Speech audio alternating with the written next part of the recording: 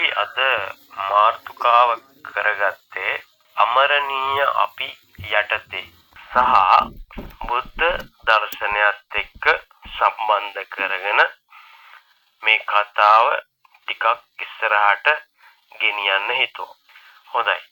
පළවෙනියෙන්ම අපි බලමුකෝ අපගේ ජීවිත අද මනුස්ස ආත්මික උප්පත්තියක් ලැබලා ඉන්නවා.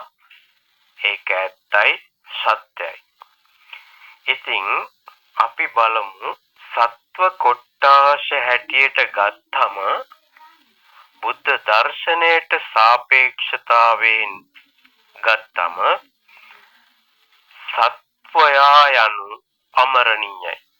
එතකොට අපි මොනියම් හෝ සත්ව කොට්ටාසයකට අයත්ව උප්පත්තිය ලැබුවත් අපි අමරණීය සත්ව කොට්ටාසයක් හැටියට තමයි සලකන්න වෙන්නේ. උදාහරණයකට ගමු මනුස්ස ආත්මයේ උප්පත්තිය ලැබනවා. ලස්සන ශරීරයක් තියෙනවා. අම්මගෙන් කිරි බීලා වැඩෙනවා. අම්මා තාත්තා දෙදෙනාගේ සහයෝගයෙන් ක්‍රමානුකූලව උස්මහත් වෙලා මේ සමාජයට සමාජගත වෙනවා. එතකොට අපි මනුෂ්‍යාත්මේ මිනිසෙක් වෙලා ඉපදුනාට මොකද අපි මේ ලෝකතලයට අනුව සත්වෙක්. සියලුම සත්වයෝ අමරණීයයි. ඒකට හේතුව තමයි අපි අද ලස්සන මනුෂ්‍යාත්මයක ඉපදිලා අර පෙර කී ආකාරයට අම්මගෙන් කිරි බීලා අම්මා තාත්තා දෙන්නගේ සහාය ඇතුව උස්මහත් වෙලා සමාජගත වුණාට මොකද අපිත් එක්තරා ආත්මයක ඉඳලා මනුස්ස ආත්මේ පතාගෙන ඇවිල්ලා උප්පත්තිය ලැබලා දැන් ලස්සන ශරීරයක් තියෙනවා. ටික කලක් යනකොට ලස්සන ශරීරේ අවපැහැගෙනවිලා වයස ඉක්මවා ගිහිල්ලා මරණයටපත් වෙනවා. සමහරු වයස ඉක්මවා ගිහිල්ලා මරණයටපත් වෙනවා. තව සමහරු උපත්තියේදී මරණයටපත් වෙනවා. තව සමහරු ටික කාලයක් ජීවත් වෙලා මරණයටපත් වෙනවා. තව සමහරු මැදිවේ මරණයටපත් වෙනවා. තව සමහරු ජීවිත කාලෙම සියලු සැප භුක්ති විඳලා ආයුෂ කෙලවරලා මරණයටපත් වෙනවා. ඔය කුමන ආකාරයකින් මරණයටපත් වුණත් ඔබ නැවත මරණින් මතු යම් ආත්ම තලයක හිත පිටවා ගන්නවම තමයි. ඒක තමයි ලෝතර ශාන්තිනායක ගෞතම බුදුරජාණන් වහන්සේ දේශනාව.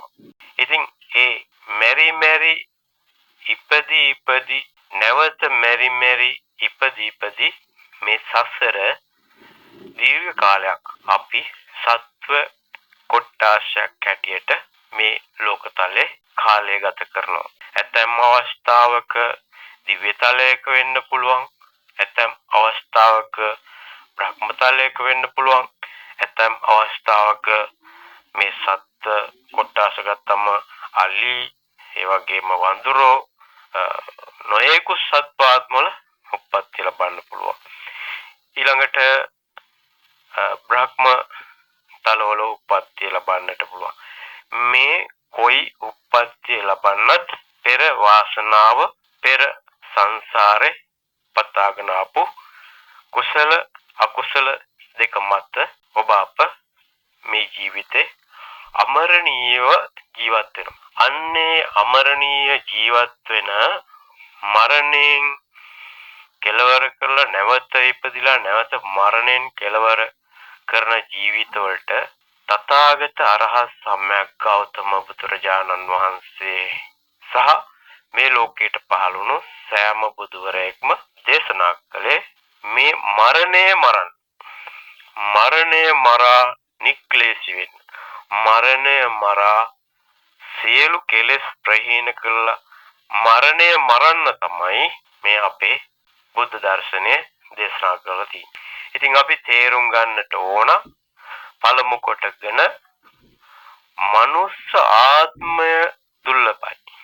මනුස්ස ආත්මයේ උප්පත්තිය ලැබපු අපි ආර්යයන් වහන්සේලා කියන්නේ තථාගත අරහත් සම්‍යක් ගෞතම බුදුරජාණන් වහන්සේ ප්‍රමුඛ බුදුවරයන් වහන්සේලා දේශනා කරපු ධර්මයට අනුගත විය යුතුයි මනුස්ස ආත්මික උප්පත්තිය ලැබුවම ඒක මේ ලෝකේ ඉන්න සෑම මනුස්සයෙකුටම කළු ජාතීන් සුදු ජාතීන් විවිධ ජාතීන් විවිධ වර්ණ විවිධ උසමාත එහෙම මනුස්සය ඉන්නවනේ ඒ සෑම මනුස්සයෙකුටම දෙන්නට අවශ්‍ය ධර්මයේ තමයි බුද්ධ දර්ශනය. උපදින මනුෂ්‍යාත්මය තුළදී තමයි මේ අමරණීය ජීවිතය සුගතිගාමී කරගන්න පුළුවන්කම තියෙන්නේ. දුගතිගාමී කරගන්න පුළුවන්කම තියෙන්නේ. ඒ නිසා මේ දුර්ලභ වූ මනුෂ්‍යාත්මේ ඔබගේ නෑදෑයෙක්, හිතවතෙක්, යාළුවෙක්, යෙහෙලියෙක් කවුරුන් හෝ මේ මනුෂ්‍යාත්මේ උප්පත්ති ලැබලා ඉන්නනම් ඔබ වහාම කළ යුත්තේ බුද්ධ ධම්ම සංඝ ත්‍රිවිධ රත්නේ සරණ යන්නට ඒ මනුස්සෙක් හැටියට උප්පත්ති ලැබුව ඔබගේ මගේ වගකීම තමයි ඒ අය යොමු කිරීම කරුණාවෙන් මෛත්‍රියෙන් යුතුව මෙන්න මේ බුද්ධ ධම්ම සංඝ ත්‍රිවිධ රත්නේ සරණ යන්නවල මොකද මේ දුර්ලභ මනුස්සාත්මේ තමයි ඔබගේ ජීවිතේ සුවෙන් ගෙවන්නත් පුළුවන් නේද?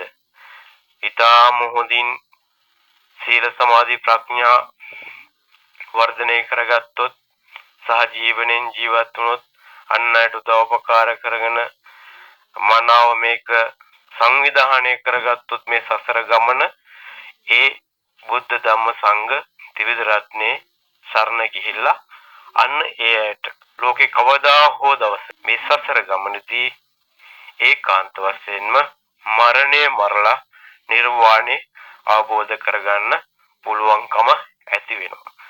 පළවෙනියෙන්ම කළ යුත්තේ බුද්ධ ධම්ම සංඝ ත්‍රිවිධ රත්නේ සරණ යෑමයි.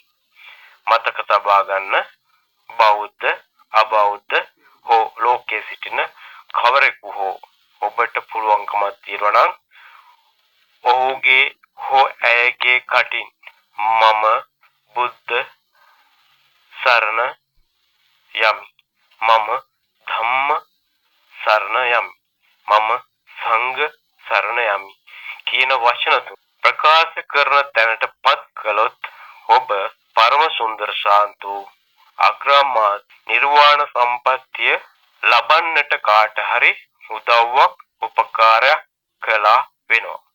අනේ නිසා හොඳට මතක තියාගන්න අපි මේ සමාජයේ මානවයන් මේ අමරණීය ජීවිතේ මුදවලා සුගතිගාමි ජීවිතවලට ඔවුන්ට සම්බන්ධ වීමට සහ මේ සංසාර දුකින් කවදා හෝ දවසක කෙලවර කරගන්නට මේ මාර්ගයේ අදිෂ්ඨානයක් කරගන්න කියන එක ඔවුන්ට අවබෝධ කරලා දීම අපගේ ඔබගේ වගකීමයි. අන්න ඒ නිසා මේ අමරණීය ජීවිතය මරණය මරා නිර්වාණය අවබෝධ කර ගැනීමට කාටත් උපයෝගී වේවි. ඒ ධර්මයට ප්‍රවිෂ්ඨ වෙන මාර්ගය කොතනින් උදා වෙලා තියෙනවනේ කොතනක හෝ තැනකින් ධර්මයට ප්‍රවිෂ්ඨ වීමේ මාර්ගය නම් තිබෙන්නේ බුද්ධ ධම්ම සංඝ ත්‍රිවිධ රත්නය නම් යන්නේ අන්නේ මේ තැන් වලට බය නැතුව ගිහිල්ලා ඔබ මේ ආත්මෙදී ඔබට පුළුවන් සියලු පින්කම් සිද්ධ කරගන්න සියලු පින්කම් වලට සම්බන්ධ වෙන්න ආවරණ වහන්සේලා වේචනේ නොකරන්න ආවරණ වහන්සේලාට අපෝපස්ථාන කරන්න උන්වහන්සේලා යටතල් පාසුකම් හදලා දෙන්න පුළුවන් ඉන්නව හදලා දෙන්න ඔබ පුළුවන් තරම් පින් රැස් කරගන්න අකුසලයෙන් මිදෙන්න අන්නේ ක්‍රමය අපි අමරණීය ජීවිතේ පළමු කොටගෙන පළවෙනි කාරණා හැටියට අනුගමනය කරමු. අදට නවතිනවා ඔබ සැමට තෙරුවන් සරණයි.